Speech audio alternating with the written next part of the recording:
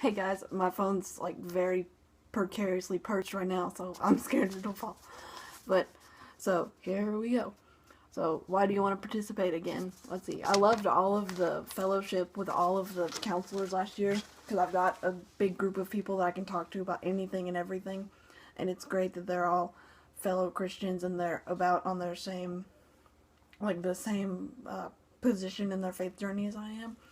And that's a really good group of friends to have.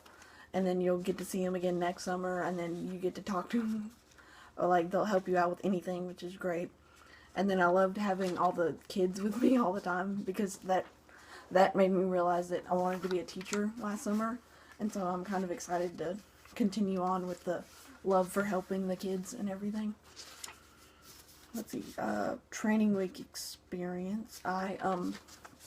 This will kind of sound silly because it's not a huge experience, but it was kind of eye-opening to me. We, last summer during training week, we were singing, I think it was the Boogaloo, and, and I called out a verse, and that was the first thing that I had done, like, jumping out of my comfort zone, I think, was that week, and that made me really think that, oh wow, I can actually do this, because I kind of almost thought that I didn't want to. And I was excited because that made me realize that I can do this and I can keep going and that it'll be so much fun. Let's see. Particular experience with your day campers. My favorite thing about all my campers was like all the hugs that they give you and all the bracelets. And one of my favorite experiences was with a girl named Sarah Kate at I think it was Marietta. She, I'd been helping her make a bunch of different friendship bracelets throughout the week, and on the last day, she came and gave me one, and she said, I've been working really hard to make a really special one for you, and I thought that was really sweet, and that made me realize that, like, I need to show unconditional love for everybody, even though that sometimes they'll get on your nerves and not always do what you want them to, but then in the end, they'll always love you, and you'll always love them. Let's see. Personal leadership trait strengthened or discovered through Eli. Let's see. Oh, I've strengthened my trait in listening because I've always thought that I was a good listener, but then I've always thought that I would always need to give someone advice or to I guess like always just have something to say when people but in reality they'll just need somebody to listen to.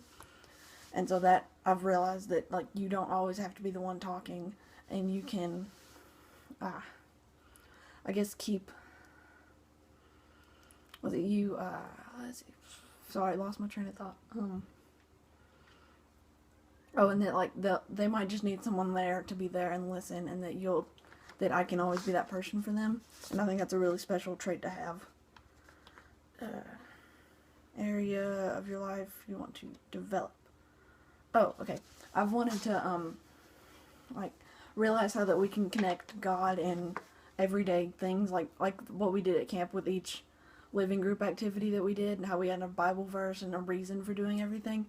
I want to, be able to do that in, like, everyday activities, like, going hiking or something with your friends and having a way to relate God into that, and I think that would be a really powerful thing, how that could get your friends closer to God and you yourself too.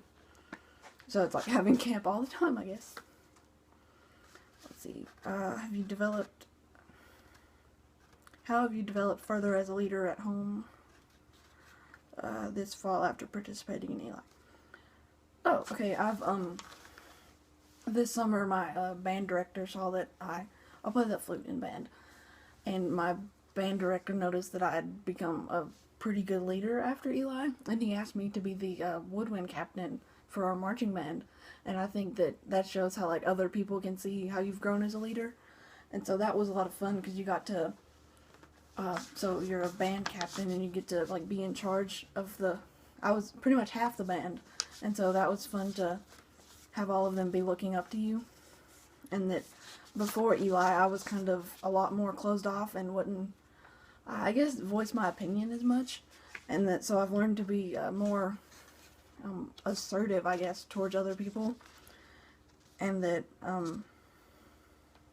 more assertive and outgoing in my leadership style, and so that's opposed to like being closed off and not wanting other people to do what's right, and if you need to be assertive in some way to help them out. Let's see.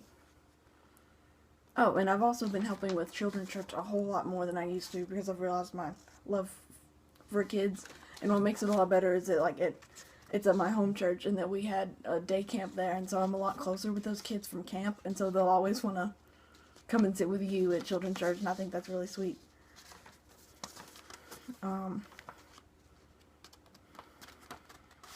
Let's see.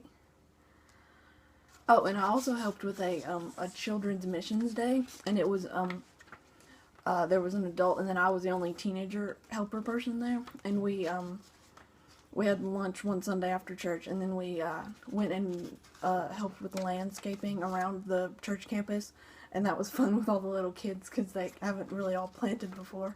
And then we wrote, what was it? Oh, we wrote thank you notes to veterans, and that was a whole lot of fun, and the kids loved that. And that was a fun thing that I kind of organized for them to do, like all the activities for them to do. Let's see. Help encourage the growth of a first year ELI. Oh. Okay, I feel like I've always been an encourager towards other people, and that I think that I could encourage the other ELI even if they have a different leadership style than I do. That like I feel like I'm a helper and an encourager, and so that even if they are a lot different than me, that I can help them and to I guess just help them out and show them how it's done, kinda, and then how they can apply their own leadership styles to the certain situations. And so, yeah, thanks for listening. I'll hear from you soon. Bye.